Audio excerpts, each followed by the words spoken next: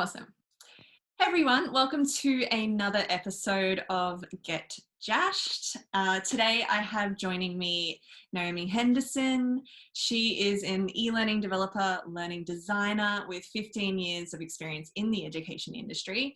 She's living on the Gold Coast and works in empowering others and is inspired by empowering others to shape their dream lifestyle. So in the work she does, in the way that she shows up online and with people, whether you're her friend or otherwise, that's really what I see her do. So thanks so much for joining me, Naomi. Thank you. Thanks for having me. My pleasure.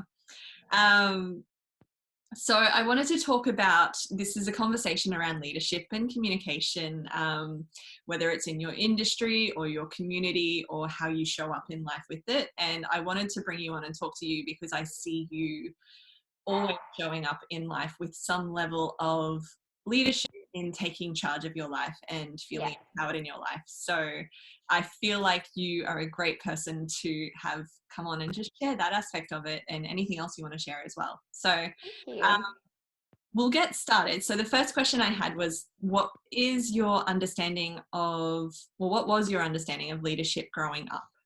And how has that changed now? So there's two parts. Yeah, so I guess growing up, if I think about the way that I was brought up, with my parents and them being my first introduction to leaders, I guess that's your first introduction growing up as your parents. I was brought up to be polite, to have manners, and to don't interrupt adults when they speak, and also to do what you're told. So, which is not a bad thing. Those are all really lovely qualities that you should instill in a child. But I think what happened is that when I came into, working in my career, I carried that with me. And so, this young kind of person starting in an office, it was my, the way that I would navigate a day would just be to do what I was told. So I would see the leaders in the business as kind of like the parental figures, if that makes any sense. And if they told me to do something, no questions asked, I would just do it, whether it made me happy or not. So, because, that just felt natural. That was the way that I thought it was, that I thought that that's what you had to do. You had to do your time. You just bit your tongue. You didn't say anything. You just did what you were told. And I think as I got older and more confident, I started to see where, if you're in an environment where you're in a job or anything like that and you're feeling miserable, there's something not quite right, you want to be able to go to your leader and be able to feel comfortable enough to express that. And I feel like a good leader would be someone who would be a servant leader, who would be the one asking you, how can I help you, in order for you to be the best that you can be in this role? Because that's only going to make, whatever business or whatever environment you're working in better, is by you being your best self in that situation. So I think I can't think of one particular situation where it changed. I think it just changed with confidence. Yeah, like that gradual learning, because it sounds like you had this moment over time of realizing that some of the ways that we were perhaps brought up, or what was sort of indoctrinated with the best of intention, I'm sure, into us as we were growing up, of this is the way things are and this is the best way to do it. It sounds like you had that realization of, okay, I recognize that, but also what inspires me and what feels most expansive and open for me is a little more like this. And you kind of gave yourself permission to choose more of that way than the other. Yeah, absolutely. I had to learn how to ask for what I needed, instead of just staying silent and just thinking, because they are the authority, they are the ones that are in charge. So I guess that's how I learned to kind of start taking charge of my own life. Yeah, well, that's perfect, because that's a great segue to my next question. Thank you for that.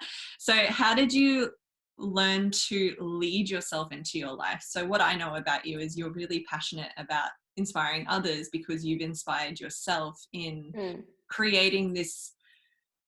I kind of do and don't want to say dream life because it's really grounded. That's everyone has their own idea of what a dream life Yeah. So, but you, in terms of empowering, I see you empowering yourself and in what you share, empowering others to create the life that is most aligned for them. So how did you learn to lead yourself into that for you? is. Yeah, I think I always had the fire inside me, but I think there was a turning point in my life. Something happened in my life in around 2013 where, for the first time in a long time, I ended up on my own. My relationship ended, and it was at that point where, and it was hard to begin with. You know, I had to actually kind of look at myself and be like, oh my God, like I've never stopped to consider what I want out of life on Mm. my own ever. It's And that confusing. it's so confronting, and it was just like I'd never ever thought about it. And it took me a couple of months to kind of get out of this limbo funk. Like I had, you know, I really had to get to know myself again on a deep level. And what I discovered is that Naomi at an authentic level is a massive risk taker. Ooh. As much as a lot of people that probably know me or have known me throughout my childhood and my life would probably think the opposite. But I feel like it was just always there, but I needed something big to happen in my life to bring that out. And I think ever since then, I have used that element of risk to propel me forward into what I consider a dream life. And I've actually got it printed on my wall. I've got every risk I've taken has paid off. Mm. And I 100% believe that, whether at the time it feels, like it's it's the worst thing in the world, every single risk I've ever taken has paid off. I love that one.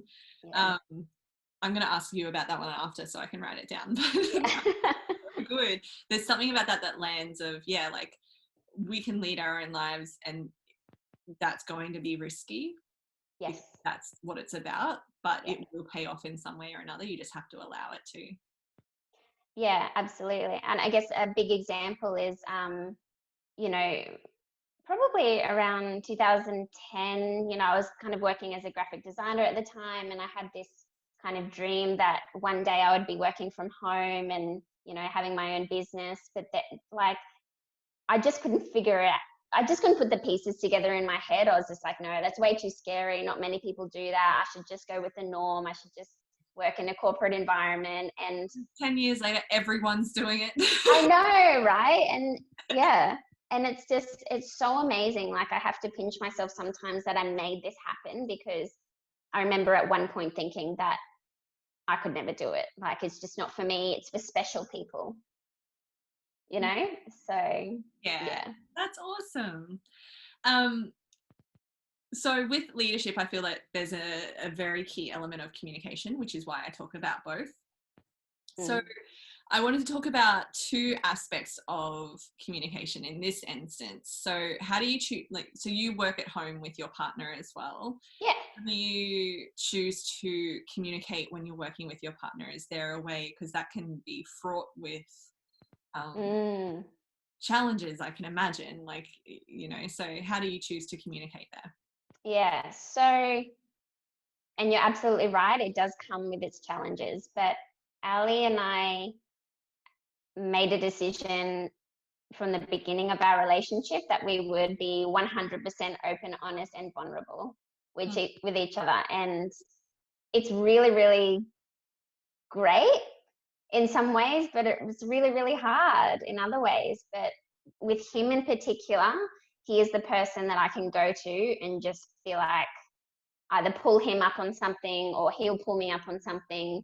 And yes, there might be tears involved, there might be, feelings hurt or whatever, but it's so good because we just hash it out. It's just, that's the way that we show up for each other. But I would probably be a little bit different with different people in different environments as well. That makes sense. So it Yeah. came down to a mutual decision of, this is how we'll show up. We're going to show up and communicate and do what we need to do to clarify things and keep things open and truthful. Yeah, absolutely. Yeah. Awesome. And I guess like everyone has their own different ways of communicating. Like just say that we have a heated discussion about something. I'm the kind of person that wants to get it resolved, Mm. whereas he might be the kind of person that's just like, I need, I don't want to talk about this right now. Yeah. And so it's kind of like, sometimes that happens. So all about compromise and negotiation. That's really cool. That's awesome. So the second part of this is, how do you choose to communicate with your community? So by community, I mean literally like just with people online, like social media, or with your clients, or with your the people you work with, like whoever it is.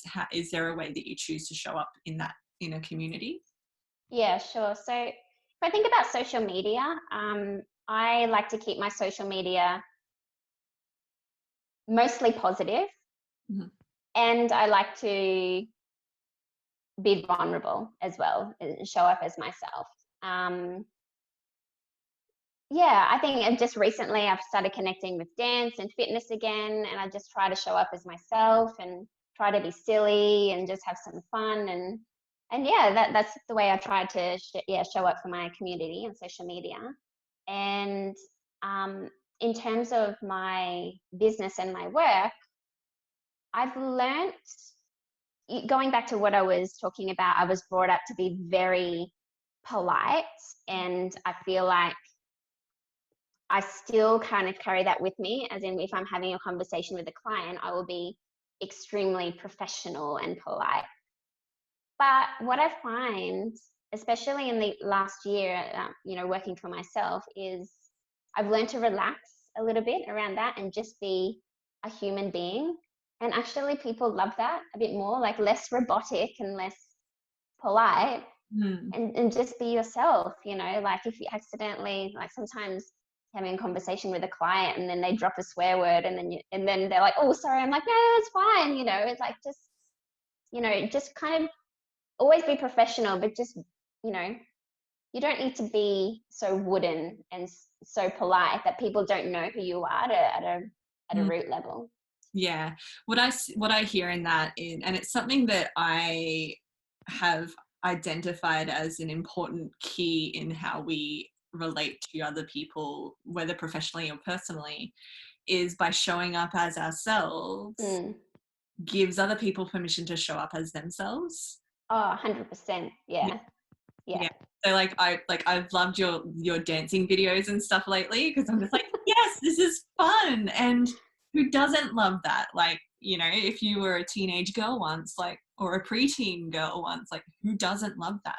Yeah, exactly. It brings out that side of you, like that it's still there, but other things just take priority. Yeah, exactly. So, and it, like, yeah, so how you show up, and that's what I really love about how you show up. But I think that's what I'm hearing and what you're saying as well, is it gives permission for other people to show up. So you feel more Yeah, confident when your clients might swear, because you're like, oh yeah, it's another person.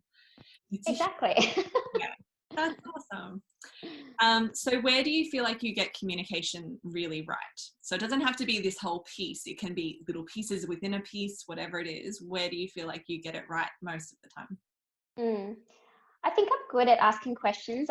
If I think about from a client's perspective, I think I've learnt to be really good at drawing out what people need and what we call stakeholders in my industry, but drawing out their wants and needs when it comes to putting a project together for them.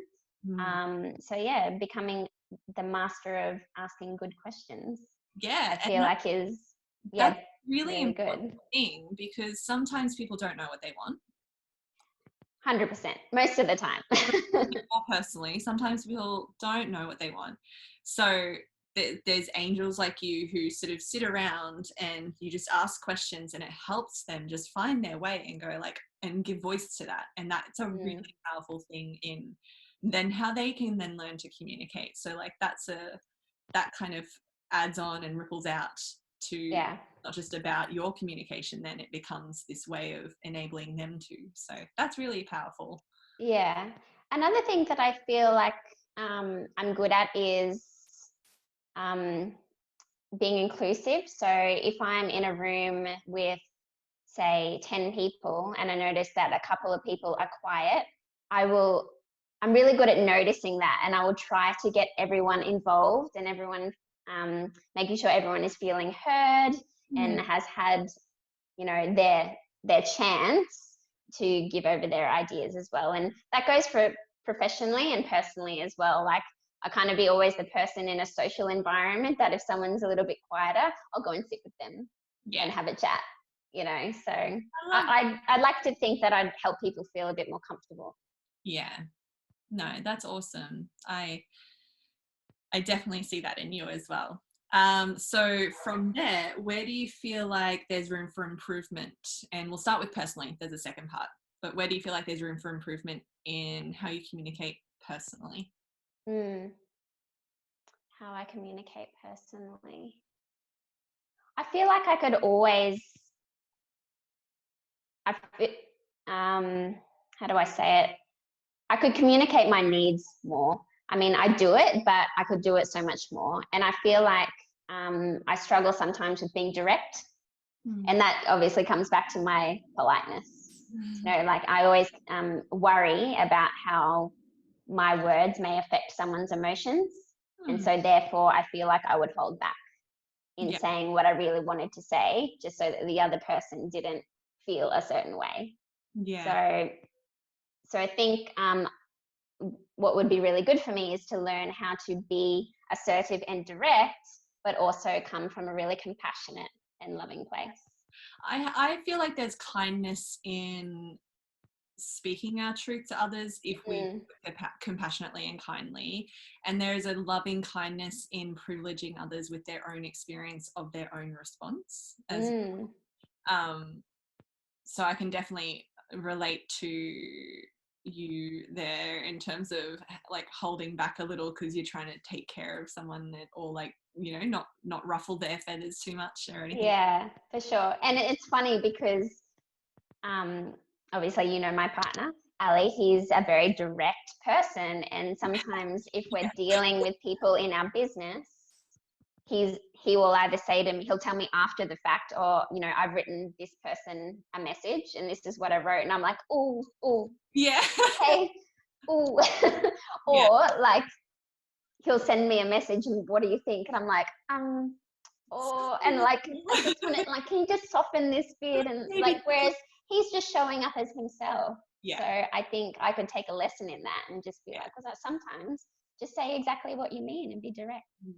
That's awesome. And where do you feel like there's room for improvement for communication in your industry?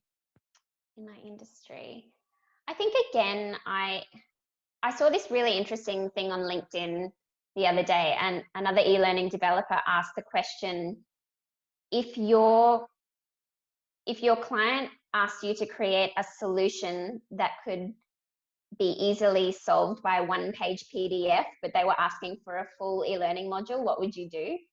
Ooh.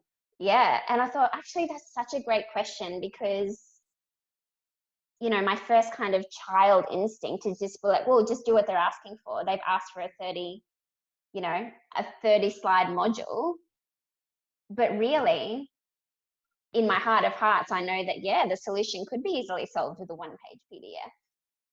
So really, I think the answer is just to actually tell them how it is, and just be upfront and be like, hey, I know that you had this in your head, but I actually think it could be better solved this way.